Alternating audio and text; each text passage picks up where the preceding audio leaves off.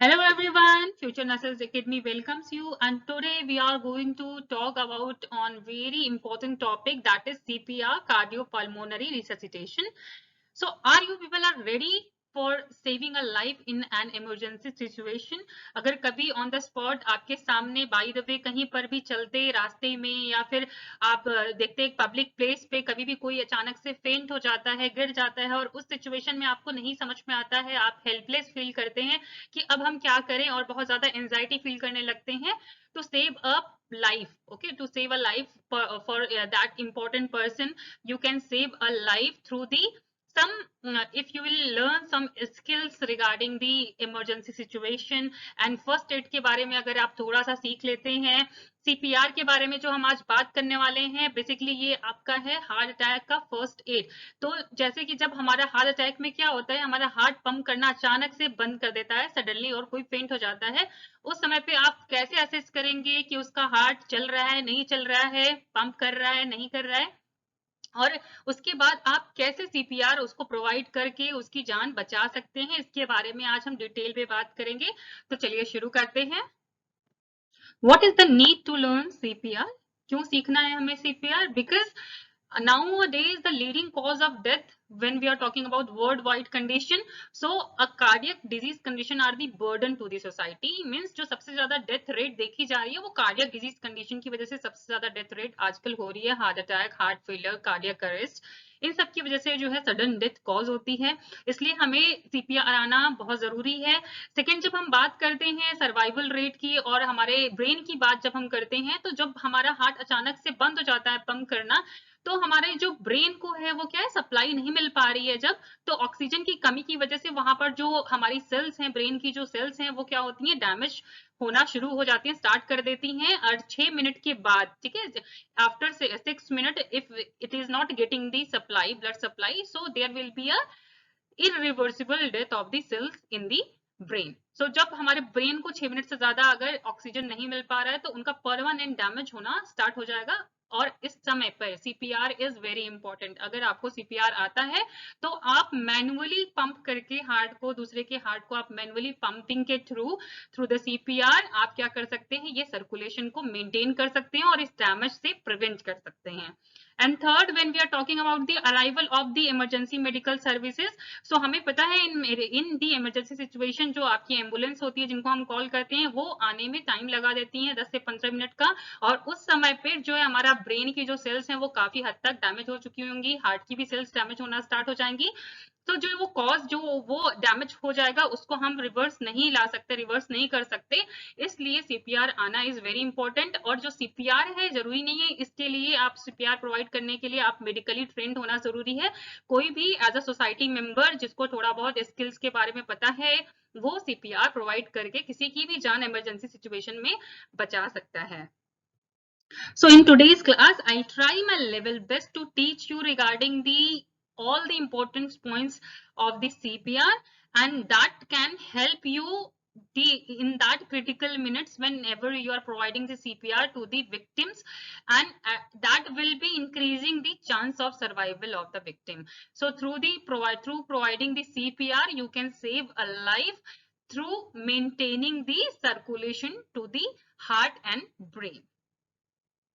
When we are talking about the BLS is stand for the basic life support, and it refers to a series of treatments that first responder, healthcare providers and public safety professional provide to anyone who is experiencing cardiac arrest, respiratory distress or an obstructed airway। तो अगर कोई भी health professional है या फिर कोई भी first responder जो वहां पे अवेलेबल है at the time of that critical situation, and any public safety professional, वो लोग प्रोवाइड कर सकते हैं सीपीआर को। एंड किसको प्रोवाइड कर सकते हैं, जिसको ऑब्स्ट्रक्टेड एयरवे, मतलब जिसको एयरवे में अगर कुछ चीज ऑब्स्ट्रक्शन हो गया जिसकी वजह से वो सांस नहीं ले पा रहा है, या कार्डियक अरेस्ट की प्रॉब्लम है, जो है उसका कार्डियक फंक्शन नहीं कर रहा, हार्ट फंक्शन नहीं कर रहा है, रेस्पिरेटरी डिस्ट्रेस है, तो ऐसी सिचुएशन में हम लोग basic life support CPR provide करते हैं पेशेंट को। सेकेंडली, यहाँ पे जब हम बात करते हैं सीपीआर की, तो सीपीआर के साथ में कई बार एईडी मशीन का भी यूज करते हैं। एईडी मशीन यहाँ पे आप देख पा रहे हैं, ये AED machine basically automated external defibrillator है। इसको हम अगर नॉर्मल लैंग्वेज में समझें तो ये जो है शॉक प्रोवाइड करने का काम करती है, शॉक प्रोवाइड करती है हमारे हार्ट को। तो अब यहाँ पर जो ये एडी है, ये बेसिकली एयरपोर्ट्स पे, पब्लिक प्लेसेस पे फर्स्ट एड किट में जो है मिल जाती है। अगर ये नहीं अवेलेबल है तब तक हमें एम्बुलेंस का या मेडिकल पर्सनल अराइव होने तक हमें जो है वेट करना है। ओके, और तब तक हमें सीपीआर प्रोवाइड करते रहना है without AED. So in this image, we are able to see that one responder is pressing or compressing the chest of the victim. यहाँ पर क्या है, एक जो रिस्पॉन्डर है वो विक्टिम के चेस्ट को कंप्रेस कर रहा है, जिसके थ्रू जो मैनुअली हम पंपिंग है, जो हमारा हार्ट का फंक्शन है पंपिंग का, तो वो हम मैनुअली क्या कर रहे हैं, मेंटेन कर रहे हैं, एंड थ्रू दैट जो सर्कुलेशन है, जो ब्लड सप्लाई है, वो मेंटेन हो जाएगी। सो इसके जो आपका प्रोसीजर है CPR, for that only we need our hand and we can provide CPR anywhere. So when we are talking about the CPR components, so components, there are three main components of the CPR. Here we are giving the priority. First priority we are giving to the chest compression, then secondly airway, and third will be the breathing. So whenever we are talking about the sequences of the CPR, so we can remember CAB, CAB, CAB.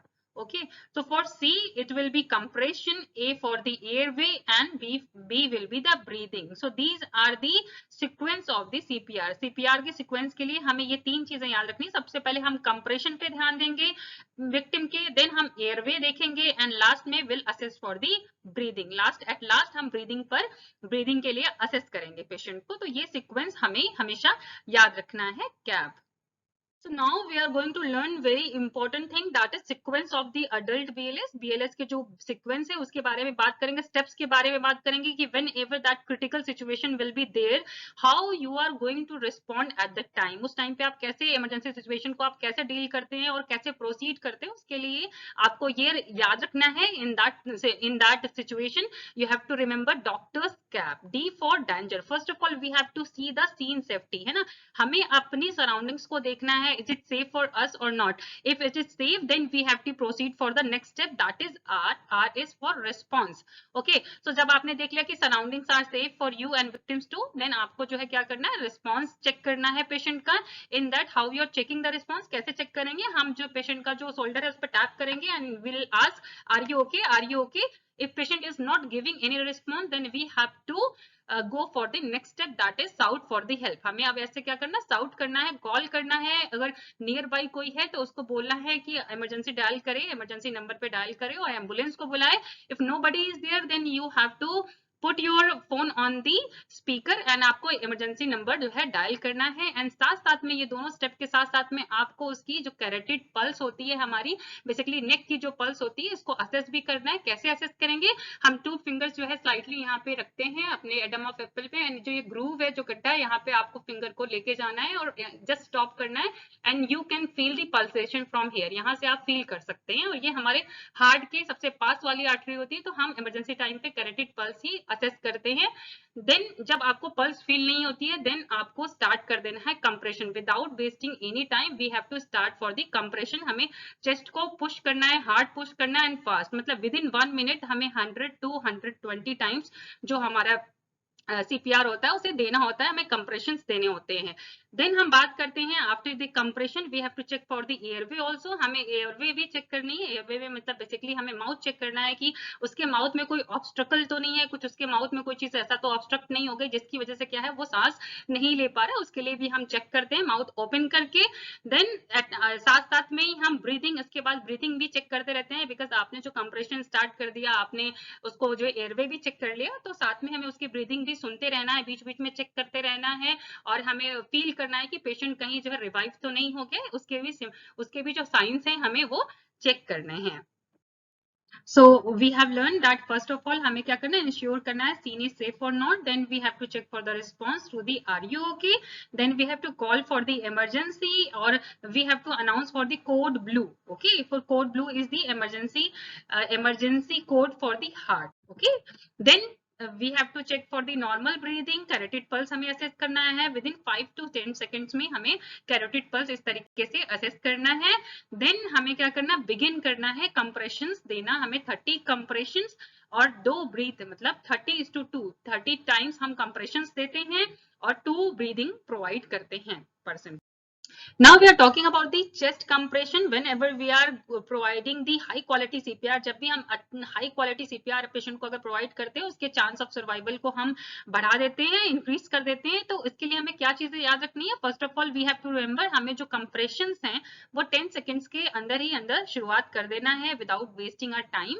And then हमें जो push hard and fast का rule याद रखना है कि जो हम compression provide करेंगे वो लगभग 100 से 120 तक पर मिनट होना चाहिए. 120 लगभग जो है हम लोग कंप्रेशन देते हैं 1 मिनट में. ओके, और जो उसकी डेप्थ होती है, लगभग जो डेप्थ है जितना हम प्रेस कर रहे हैं अप चेस्ट को, वो कितना होता है? लगभग 5 सेंटीमीटर और 2 इंचेस के बराबर हो सकता है अडल्ट में. और जो इसका जो चेस्ट कंप्रेशन का जो रेशियो होता है वो लगभग 30:2 मीन्स 30 हम कंप्रेशन प्रोवाइड करना है, 30 बार पुश करना है चेस्ट को, एंड 2 वेंटिलेशन, मतलब 2 जो है हमें उसको माउथ ब्रीथ देना है. माउथ से जो वेंटिलेशन हमें ब्रीदिंग जो है वो 2 देनी है 30 कंप्रेशन की बाद में. देन हमें क्या करना है? Allow complete chest recoil after each compression, मतलब ईच कंप्रेशन के बाद हमें चेस्ट को रिक्वाइल वापस, मतलब रिक्वाइलिंग जो है वापस आने का भी टाइम देना है. ठीक है, देन रिक्वाइलिंग का भी टाइम देना है. Give effective breaths that make the chest rise. ठीक है, हमें जो ब्रीथ हम जो प्रोवाइड कर रहे हैं, माउथ ब्रीथ जो प्रोवाइड कर रहे हैं, वो क्या करें? इफेक्टिव होना चाहिए जिससे जो चेस्ट है वो राइज हो. देन हाई क्वालिटी, जो अगर हाई क्वालिटी जो हम सीपीआर प्रोवाइड करेंगे उससे क्या होगा? जो सर्वाइवल रेट है वो भी बढ़ जाता है. यहाँ पे एक चीज और याद रखेंगे कि जो कंप्रेशन है वो हम कहाँ प्रोवाइड करते हैं? वो बेसिकली हम बिटवीन द 2 निपल्स प्रोवाइड करते हैं, दिस पॉइंट पे. ठीक है, मिडिल ऑफ द चेस्ट पे हम प्रोवाइड करते हैं, और with the palm of our hand. ठीक है, palm of our hand we have to provide the compressions. तो ये हम याद रखेंगे जब भी हम चेस्ट कंप्रेशंस की बात करते हैं. So now we are talking about the airway. जब हमने कैप की बात करी थी, सबसे पहले हमने कंप्रेशन को प्रायोरिटी दी थी. कंप्रेशन हमने सीख लिया कि कैसा होना चाहिए. अब हम बात करते हैं एयरवे के लिए. तो हमें एयरवे भी, जो हमारा एयरवे है उसको भी चेक करना है कि कोई ऑब्स्ट्रकल तो नहीं है जिसकी वजह से जो पेशेंट है वो ब्रीथ नहीं कर पा रहा है. तो हम जो है पेशेंट को स्लाइटली क्या करते हैं? पेशेंट का जो चिन है उसको हम लोग क्या करते हैं? लिफ्ट करते हैं और हम हेड को टिल्ट करते हैं, और पेशेंट के एयरवे को भी हम लोग चेक करते हैं कि कोई ऑब्स्ट्रकल तो नहीं है. अगर कोई फॉरेन बॉडी है तो उसको हम लोग क्या करते हैं? रिमूव करते हैं, ताकि जो एयरवे है वो हमारा क्लियर हो पाए. अगर कोई लॉज है वहां पे तो वो क्लियर हो पाए. अब हमने चेस्ट कंप्रेशन की बात कर ली, एयरवे की बात कर ली. Third we are talking about the breathing when we are remembering the cap. Okay, so breathing हमें कैसे चेक करनी है? हमें ब्रीदिंग पेशेंट को जब हम प्रोवाइड करते हैं, कैसे प्रोवाइड करते हैं? बेसिकली यहाँ पे जब हेड को हमने टिल्ट किया और चिन को लिफ्ट किया, एट दैट टाइम हम क्या करते हैं? पिंच करते हैं. ठीक है, नोज को, पेशेंट के नोज को हम पिंच करते हैं with using the index finger.